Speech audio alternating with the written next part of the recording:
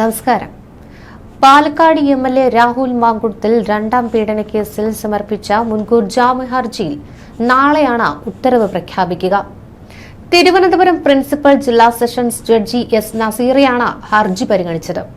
എന്നാൽ അറസ്റ്റ് തടയണമെന്ന ആവശ്യം ജില്ലാ കോടതി തള്ളുകയായിരുന്നു. ബംഗളൂരു സ്വദേശിയെ ഹോം സ്റ്റേയിൽ വെച്ച് വിവാഹ വാഗ്ദാനം നൽകി പീഡിപ്പിച്ചതായ അതിജീവിതയുടെ മൊഴിയടക്കമാണ് തിങ്കളാഴ്ച വിശദ പോലീസ് റിപ്പോർട്ട് ഹാജരാക്കിയത്.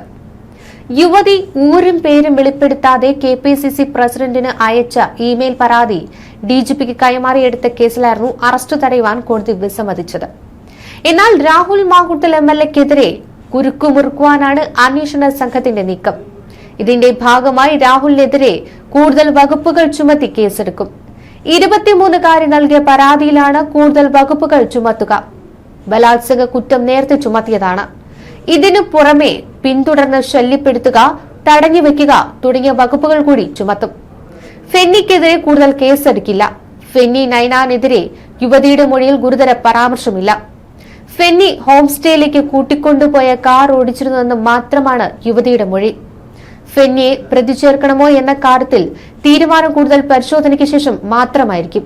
കേസിൽ അതിജീവിത അന്വേഷണ സംഘത്തിന് നൽകിയ മൊഴി കോടതിയിൽ സമർപ്പിച്ചിട്ടുണ്ട്. AIG പൂങ്കുഴലിയുടെ നേതൃത്വത്തിലാണ് 23കാരിയുടെ മൊഴിയെടുത്തത്. രാഹുൽ ബന്ധം സ്ഥാപിച്ചത് വിവാഹ വാഗ്ദാനം നൽകിയാണെന്ന് യുവതി മൊഴിയിൽ പറയുന്നു. ഭാവി കാര്യങ്ങളിൽ സംസാരിക്കാനുണ്ടെന്ന് പറഞ്ഞുകൊണ്ട് ഹോം സ്റ്റേയിലേക്ക് വിളിച്ചു വരുത്തിയെന്നും ക്രൂരമായി ബലാത്സംഗം ചെയ്തുവെന്നുമാണ് യുവതിയുടെ മൊഴിയിലുള്ളത്. ഒരു കുഞ്ഞ് വേണമെന്ന് രാഹുൽ പറഞ്ഞു. രാഹുൽ നിരന്തരം ശല്യപ്പെടുത്തുകയും ചെയ്തു. ഫോൺ വിളിച്ചാൽ എടുത്തില്ലെങ്കിൽ അസഭ്യം പറയുമായിരുന്നു. വിവാഹ വാഗ്ദാനം നൽകിയാണ് ബന്ധം സ്ഥാപിച്ചതെന്ന് യുവതിയുടെ മൊഴിയിലുണ്ട്. സംസാരിക്കാനെന്ന് പറഞ്ഞാണ് ഹോം സ്റ്റേയിലെ മുറിയിലേക്ക് കൊണ്ടുപോയത്. ശരീരം ആകെ മുറിവേൽപ്പിച്ചുകൊണ്ടുള്ള ലൈംഗിക അതിക്രമമാണ് നടത്തിയത്. I wanted to rape you എന്ന് പറഞ്ഞുകൊണ്ടേയിരുന്നു.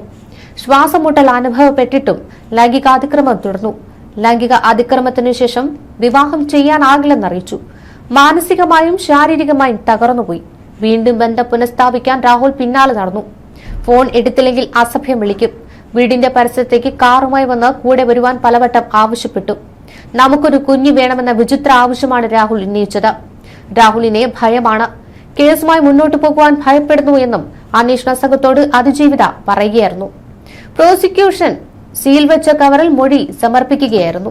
ലൈംഗിക അതിക്രമത്തിന് ശേഷം വിവാഹം ചെയ്യാനാകില്ലെന്നാണ് വ്യക്തമാക്കിയത്.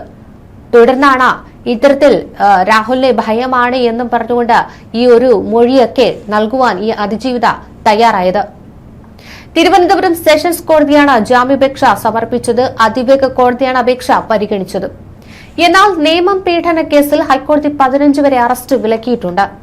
സോഷ്യൽ മീഡിയ വഴി പരിചയപ്പെട്ട ഭർത്താവുമായി പിണങ്ങിക്കഴിയുന്ന യുവതിയെ വികാരപരമായി സമാധാനിപ്പിച്ചെന്നും ഒപ്പം കാണുമെന്ന് MLA എന്ന പദവിയാൽ വിശ്വസിപ്പിച്ചു എന്നാണ് പാലക്കാട് നിയമം അപ്പാർട്ട്മെന്റിലെ പീഡന കേസിലെ യുവതിയുടെ പരാതി. തുടർന്ന് വിവാഹ വാഗ്ദാനം നൽകുകയും യുവതിയിൽ തനിക്കൊരു കുഞ്ഞ് ജനിച്ചാൽ ജീവിതകാലം മുഴുവൻ ഒപ്പം കാണുമെന്നും വിശ്വസിപ്പിച്ചു. തുടർന്ന് ജനുവരി 27നും 28നും രാഹുലിന്റെ പാലക്കാട് അപ്പാർട്ട്മെന്റിൽ വെച്ച് ലൈംഗിക ബന്ധത്തിൽ ഏർപ്പെട്ടു.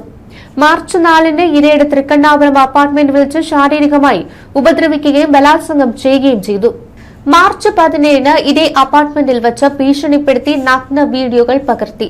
ഗർഭിണി ആണെന്നറിഞ്ഞിട്ടും ഏപ്രിൽ 22ന് വീണ്ടും ബലാത്സംഗം ചെയ്യുകയും ഗർഭഛിദ്രത്തിന് നിർബന്ധിക്കുകയും ചെയ്തു. മെയ് 30ന് രാഹുൽ അബോർഷൻ ഗുളികകൾ കൊടുത്തുവിട്ട് കഴിപ്പിച്ച് ഗർഭം അലസിപ്പിച്ചുവെന്നുമാണ് പരാതിയിൽ പറയുന്നത്. ഈ കേസിലാണ് താൽക്കാലികമായി ഹൈക്കോടതി 15-ാം തീയതി വരെ അറസ്റ്റ് തടഞ്ഞിരിക്കുന്നത്. നാളെ വിധി വരും വരെ രണ്ടാം കേസിലും അറസ്റ്റ് പാടില്ല.